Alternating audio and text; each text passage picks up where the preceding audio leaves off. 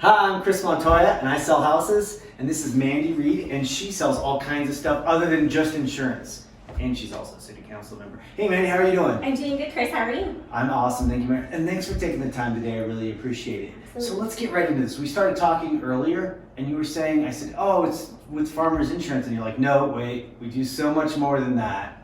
And then you wanted, and I said, nope. Tell me on camera. So please tell me a little bit about what it is you do. So we are a farmers insurance agency, and we do offer all of the services that farmers insurance does. Mm-hmm. However, in southern Colorado, most of us entrepreneurs don't just do one thing. So sometimes we don't fit the glove of a traditional insurance company mold. Mm-hmm. And so the Reed agency is actually able to, in addition to offering all of the farmers products, be able to do, we're a full commercial insurance agency. So we've never had to say no. It's kind of our big goal. So from truckers to these 1800 and historic buildings like this building that we're in right now, all of those types of things we can do. Everything. That's awesome. Yeah. And also I mentioned she's a city councilman or city councilwoman. I apologize, city council person. No, I'm just teasing. So tell me something exciting that's going on with city council right now. Oh my goodness, exciting things going on with City Council. Well, recently we did pass the Urban Renewal Authority, which is really exciting. Mm-hmm. Are you familiar with what an Urban Renewal Authority is? Why don't you tell us so Sure. we can know more So about it? an Urban Renewal Authority, or a URA, which is what most people will hear it as, actually makes it to where we can reinvest in development within certain boundaries of the URA. So a lot of times developers, it's cheaper to be able to buy a flat piece of land, for example, and construct something.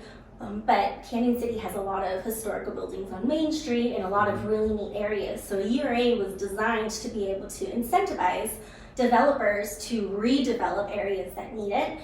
So things that you might see come up in the URA could be like the St. Cloud, for example, would be an example, or St. Scholastica would be an example. It gives them the ability basically to, there's usually a gap in the funding in those areas because, for example, if you look at St. Scholastica, it needs so much work just to be able to get to a place where it can bring in revenue. And so with some of those updates, code updates and things like that, URA is a funding mechanism to be able to assist. So that's So kind of like what Grand Junction has one of those, is that correct? I think Grand Junction has one. I don't want to say for sure, but I'm just a little familiar, and so apparently previously, and I don't know, how long have you been a city councilman? So I was sworn in last January of 2020. Okay. So one so year. Maybe a while back, and I had some friends who were telling me about it, and sometimes I don't pay the best attention all the time. But they were saying, "Oh, we were hoping to mile waters off of Grand Junction because they had they developed a great downtown, which is actually what we're in the process of doing right now because the buildings are getting newer and nicer.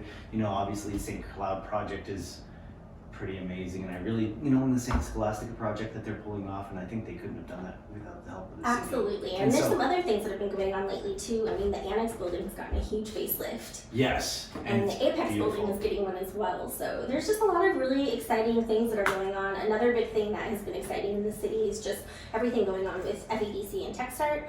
Starting to see a lot of remote workers. I mean, our area with everything recreationally, the trails that we have. I mean, there's so many things that just make this community amazing, and people are realizing that they don't have to commute in Denver every day. Yeah, one of the bright sides of COVID is it's kind of spread that market out where it used to be you had to show up at the office and you have to do this, and people don't need those storefronts anymore. They don't need to be in Denver anymore, and if you didn't need to be in Denver, why would you be in Denver? Absolutely. I can't imagine living there. But you actually segued perfectly into the next question.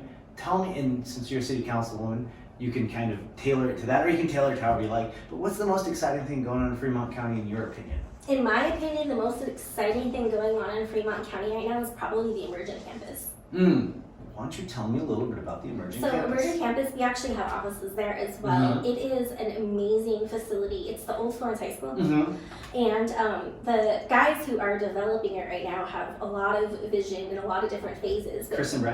Chris and Brad, and I think there's a couple other partners as well. Those are the ones I'm really familiar with. Yeah, and so they've been working really hard on it, and so they've got a lot of new businesses that are in there. They've got a great co-working facility, meeting spaces.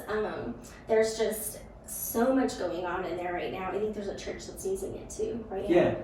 You And I think that's been one of the current themes of kind of what's going on in Canyon City is multiple uses. Even some of the small businesses we talk about, hey, tell me about this. And they say, oh, I have this, but some other business rents space for this. And I think that's one of the most amazing things about our community is A, how we all just lend in and help give a hand with each other. And B, the diversity of what people can expect from one small business because, our community, how it grows, it's very, I would say natural and friendly, and so for us to grow some of the other small businesses, other businesses actually incubating, which is really, really cool. How cool is that? Well, and that collaborative effort is just something that you don't see something in the big cities. Yeah, there's just a heart behind, and entrepreneurs, there's just something that we all have in common, like this hustle and this drive. So even though your industry is completely different than mine, it sparks by hanging out together and you sharing what you're doing and me sharing what I'm doing, then you get new ideas. Yeah. So just being able to have that, I think that's what's really special about Emergent Campus is that, we've got all these different industries represented there, things going on with PAX 8, and they've been recognized by the SBA nationally. They recently had someone come down from from President Trump's cabinet and visit and everything. And so it's just really the energy of being able to be around each other and just continue to encourage each other and light those fires, especially in this environment. Yeah. We need each other We really need bad each other. right now. But the cool thing is we need each other and we're also coming together to do that. Absolutely. So that's one of the things I find most amazing about Canyon City. So this is the part of the interview where you get to ask me one question. It's your turn. So what I'm wondering, Chris, is what made you decide to do these videos? We always think about how we can help each other. We talk about that all the time, from small business to small business. And I thought, we don't get enough community access to the actual owners of the business. And I thought it would just be a great idea, a way I could give back to my community. I do quite a few things, no brag or anything, but I do quite a few things, but I just thought it would be interesting to highlight the things I love most about Canyon City and highlight the people that make Canyon City. And so just kind of naturally came across it. It's been really fun. I've loved watching them. Every time you post one, I'm always following it and trying to share it and stuff. So it's been really neat just to see just the different conversations and things that you've had with people. The interesting people in Canyon City and getting them out there, because I think part of why Canyon City hasn't grown quite as much is because we're just not out there enough. So the more we're out there, the more we're doing things, the more we're collaboratively helping people. Those are the things I value. And honestly, I just value meeting new people and talking and hanging out with. So that's just one of the things I like to do. Well, hey, I really appreciate your time. Thank you very much. Thanks for coming. Thanks, guys. Bye. Chris Montoya, who is gonna sell your house? He'll find you one.